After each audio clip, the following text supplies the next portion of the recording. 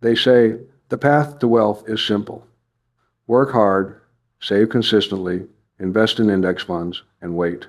The financial industry has built an entire mythology around this narrative, and for most people, it feels comforting. It feels safe. But here's the uncomfortable truth, that strategy, while mathematically sound for preservation, is not optimized for acceleration. It is a system designed for slow, steady accumulation, not for crossing the threshold from comfortable to truly financially independent. The $250 plan I'm about to explain is not about saving your way there over 30 years. It's about understanding the mathematical structure of wealth creation, recognizing the nonlinear leverage points that most people ignore, and positioning yourself to exploit the asymmetries that exist in every market cycle. This is not motivational content. This is structural analysis. Before we continue, if you're someone who values precision over platitudes, who wants to understand the mathematics behind wealth rather than the mythology, subscribe now. The next analysis builds on this foundation, and you won't want to miss it. Let me start with the mistake almost everyone makes. They confuse income with wealth. Income is linear. You trade time for money, you get a raise, you earn more, but the relationship is proportional. Wealth, however, is exponential. It compounds. It leverages. It benefits from asymmetric returns. The problem is that most people are trained to think in terms of income, not wealth. They optimize for salary increases, promotions, and bonuses, all of which are capped by the number of hours in a day and the market rate for their labor. That is a ceiling, not a strategy. The first principle of the $250 plan is this: you must shift from trading time for money to trading capital for returns. That shift is not philosophical, it is mathematical. When you trade time, your upside is bounded. When you deploy capital intelligently, your upside is a function of the market's inefficiency, your edge, and the compounding period. The goal is not to save the $150 through income alone. The goal is to engineer a system where capital, even modest amounts of it, can grow non-linearly by exploiting specific structural advantages. Now let's talk about what that means in practice. Most financial advice focuses on asset allocation, diversification, and long-term buy and hold strategies. These are not wrong, but they are incomplete. They assume that your primary constraint is risk management, not opportunity capture. They assume that the market is efficient enough that you cannot systematically outperform it. But that assumption, while true for the average participant, does not hold for those who understand probability, timing, and the mathematics of volatility. Here's the reality. Markets are not perfectly efficient. They are approximately efficient over long time horizons, but in the short to medium term, they are driven by human behavior, liquidity constraints, and information asymmetries that creates opportunities, not for speculation, but for disciplined, systematic positioning. The $250 plan is about identifying those opportunities and structuring your capital deployment to maximize the probability of asymmetric returns. Let me break this down into 4 core components. First, capital efficiency. Second, leverage points. Third, timing frameworks. Fourth, risk-adjusted compounding. Each of these is a mathematical lever, and when combined, they create a system that can accelerate wealth accumulation in ways that traditional advice cannot. Capital efficiency is about maximizing the return per dollar of capital deployed. Most people think this means finding the highest returning investment, but that's not quite right. It means finding the investment with the best risk-adjusted return relative to the capital required. For example, if you have $10, putting it all into a single stock might generate a high return, but it also exposes you to catastrophic risk. Conversely, putting it into a savings account generates almost no return. The efficient approach is to find opportunities where the expected return significantly exceeds the downside risk and where you can size your position appropriately. This is where most people fail. They either overconcentrate, chasing high returns without accounting for risk, or they over-diversify, diluting their edge to the point where it becomes meaningless. The quantitative approach is different. You calculate the expected value of each opportunity, adjust for the probability of loss, and allocate capital in proportion to your edge. This is not guessing, this is math. Leverage points are the second component. Leverage, in the traditional sense, means borrowing money to amplify returns. But that's only one form of leverage. There are other, often more powerful forms that don't require debt. Time leverage, for instance, is the ability to start early and let compounding work in your favor.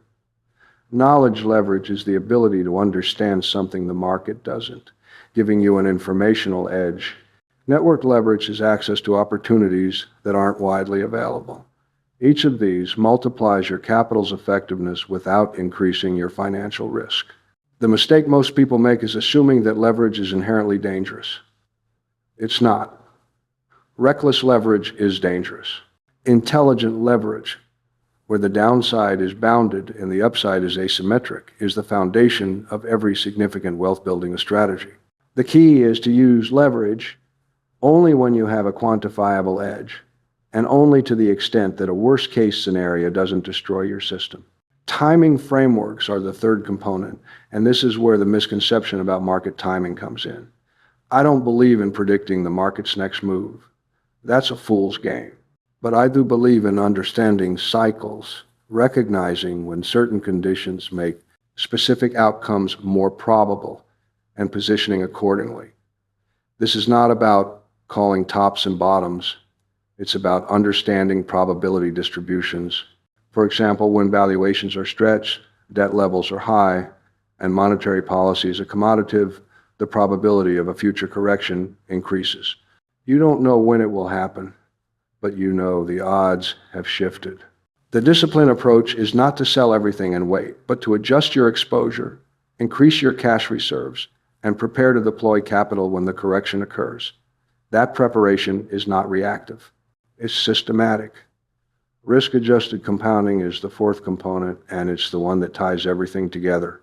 Compounding is the most powerful force in wealth creation, but only if you don't blow up. The emotional investor compounds during good times and loses it all during bad times. The quantitative investor structures their portfolio so that compounding is robust across cycles. That means avoiding permanent loss of capital, maintaining liquidity, and ensuring that your downside is always manageable. This is why cash is not a drag. It's optionality. It's the ability to compound not just when markets are rising, but when they're falling and opportunities are abundant. The $250 plan is not about maximizing returns in every environment. It's about maximizing long-term compounded returns by surviving and capitalizing on every environment. Now let's talk about the specific structure. The plan is built on three phases: accumulation, acceleration, and preservation. Each phase has different objectives, different risk tolerances, and different strategies.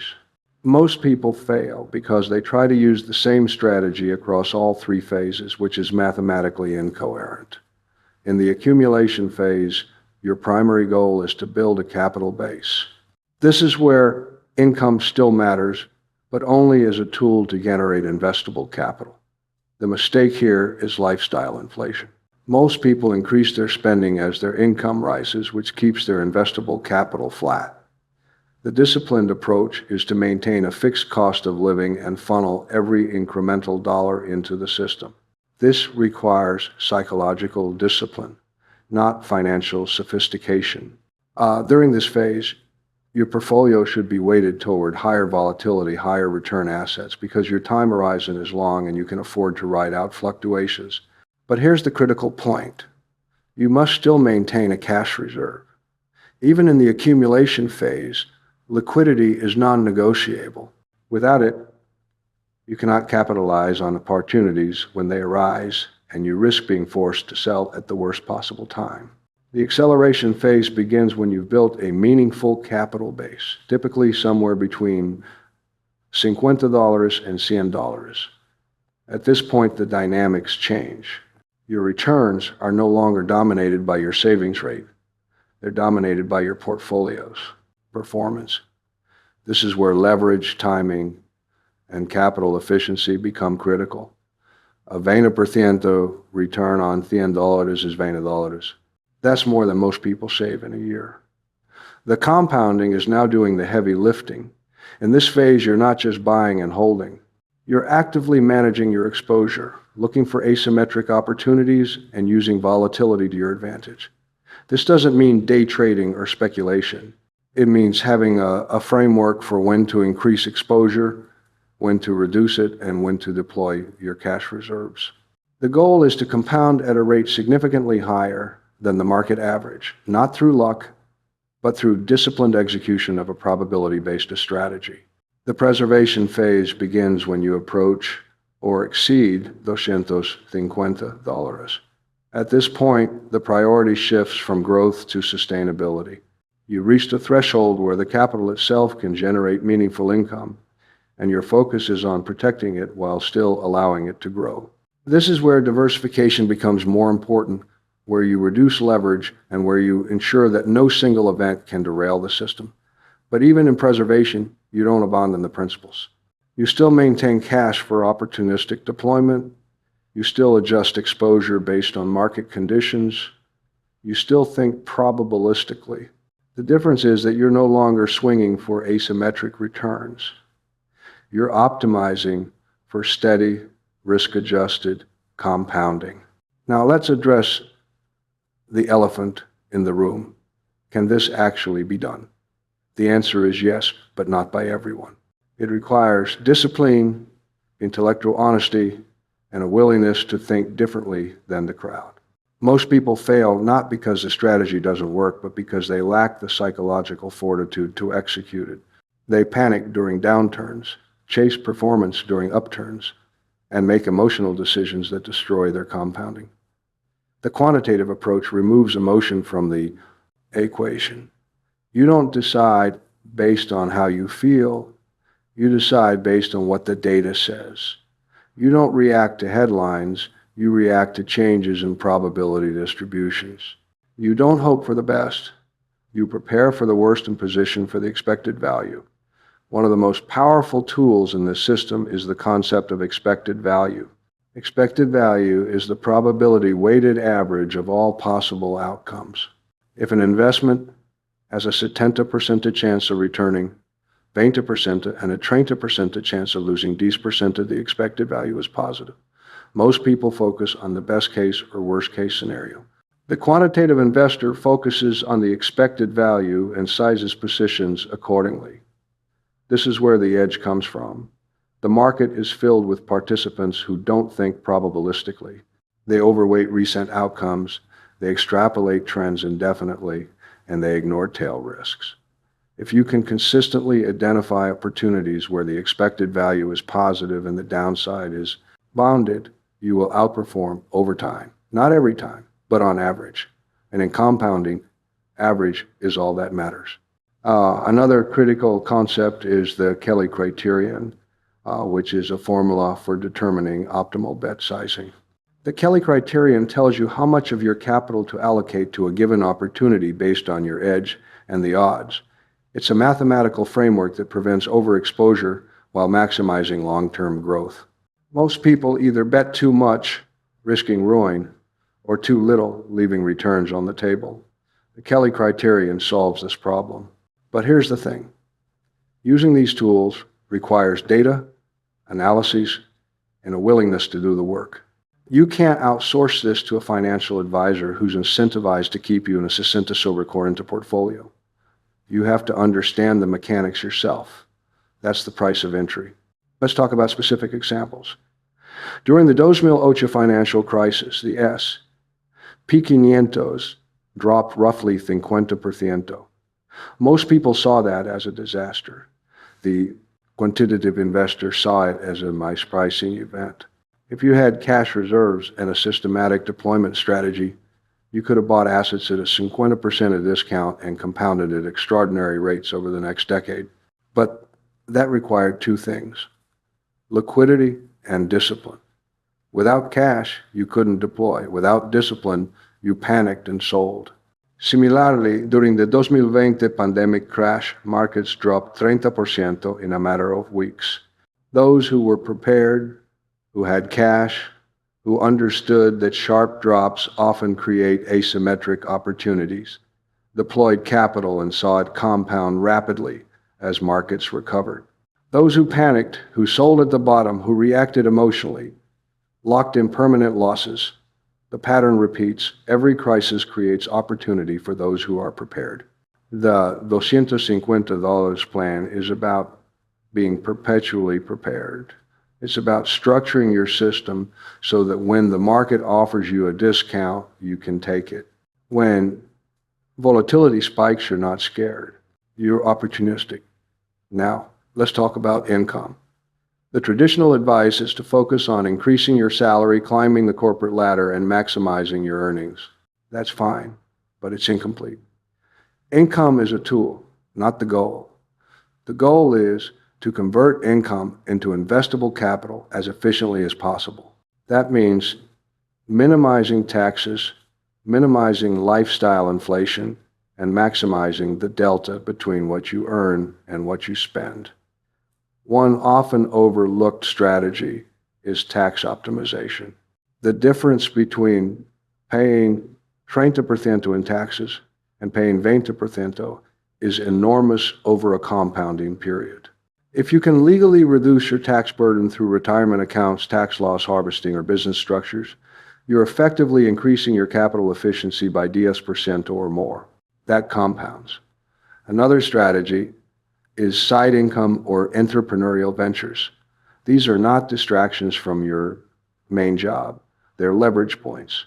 A small side business that generates $10 a year in profit is $10 of additional capital you can deploy. If that compounds at 15% annually, it's worth significantly more than the time you invested. This is where network leverage and knowledge leverage come into play.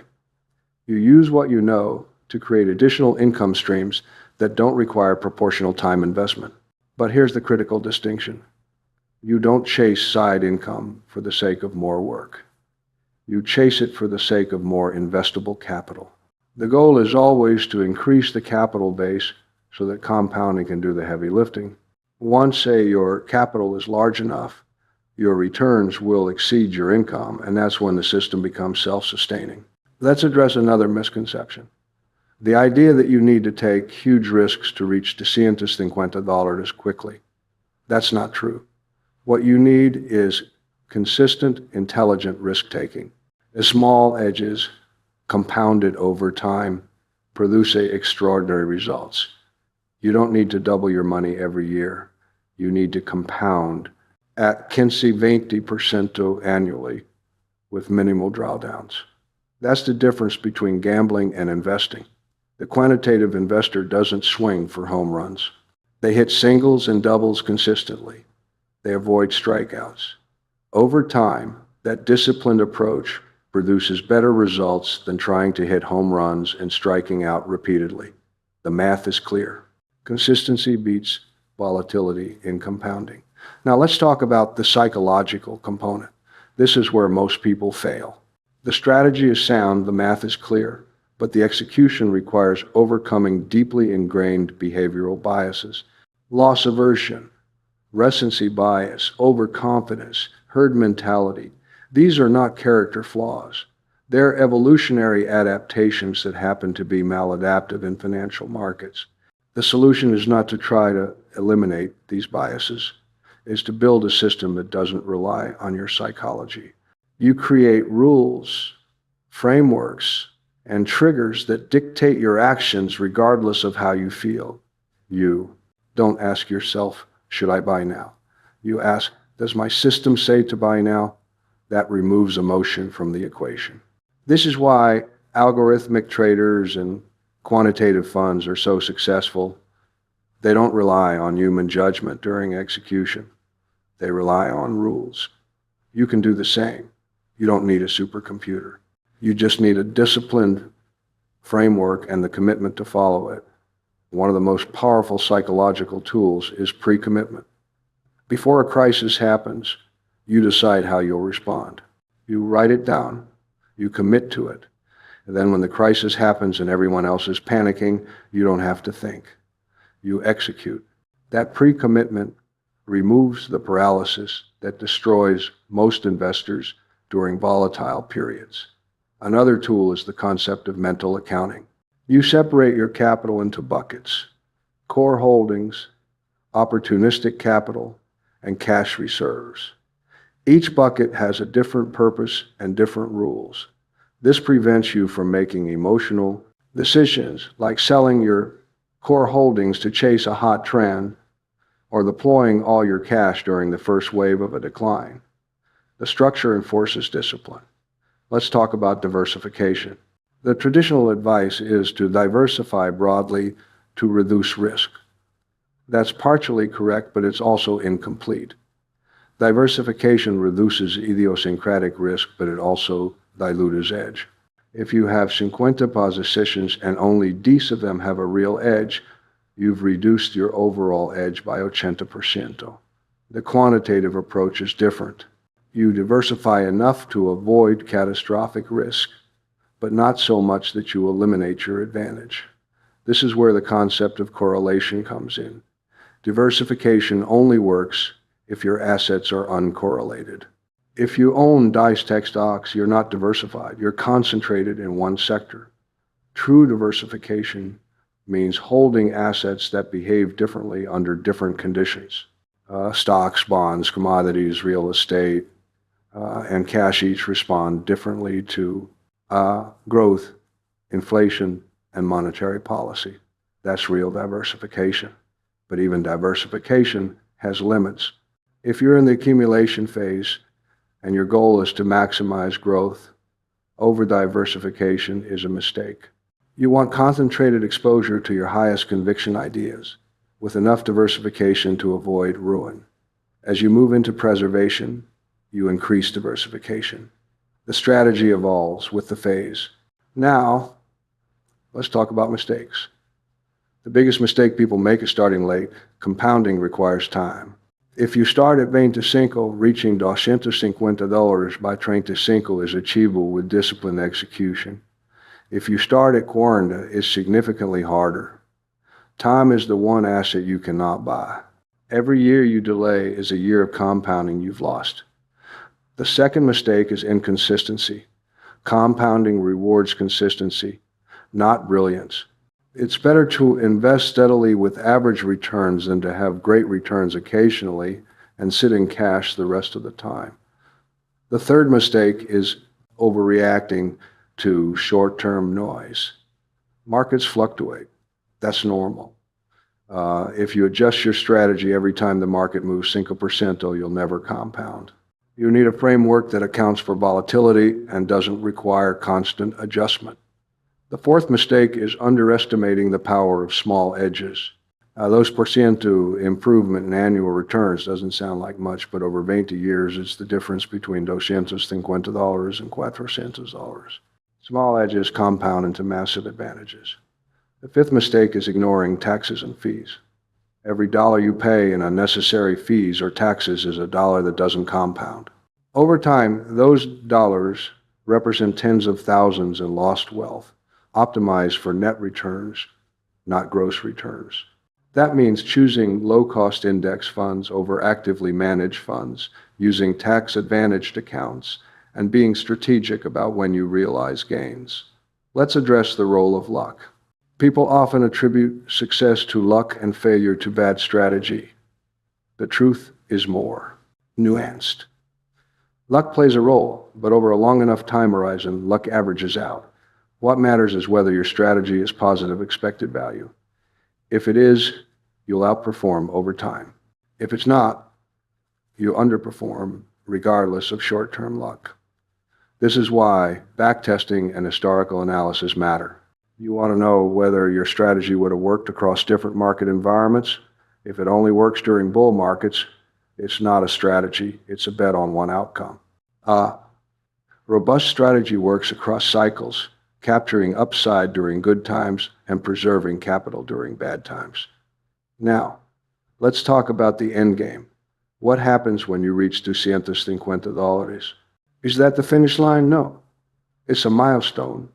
At $250, you've proven that you understand the system. You've demonstrated discipline, patience, and execution. But the principles don't change. You continue to compound, you continue to manage risk, and you continue to position for asymmetric opportunities. At this level, you have options. You can take more risk, knowing that even a significant drawdown won't destroy you. You can take less risk, focusing on preservation. You can generate income using your capital to create cash flow. The point is that you're no longer dependent on your job for financial security. You've crossed the threshold. That's freedom. But freedom doesn't mean complacency. The same principles that got you to the $150 will take you to $500 and beyond. The compounding continues. The discipline continues. The system continues. That's the difference between the $250 plan and traditional advice. Traditional advice says save and hope. The $250 plan says structure and execute. Here's the uncomfortable truth. Most people will never do this. Not because they can't, but because they won't. They'll read this, nod along, and then continue doing exactly what they've always done. They'll chase performance, panic during downturns, and wonder why they never get ahead. That's fine. The market needs participants who behave irrationally. It's what creates the opportunities for those who don't. If you're still here, if you've read this far, you're different. You're someone who values precision over platitudes. You're someone who understands that wealth is not about luck or timing, but about systems and discipline. You're someone who's willing to do the work. That's the edge. That's what separates the $250 plan from wishful thinking. One final principle, anti-fragility. Wait, no, let me correct that. I don't use that term. Let me instead talk about robustness. Your system must be robust. It must withstand shocks, adapt to new information, and continue functioning across environments.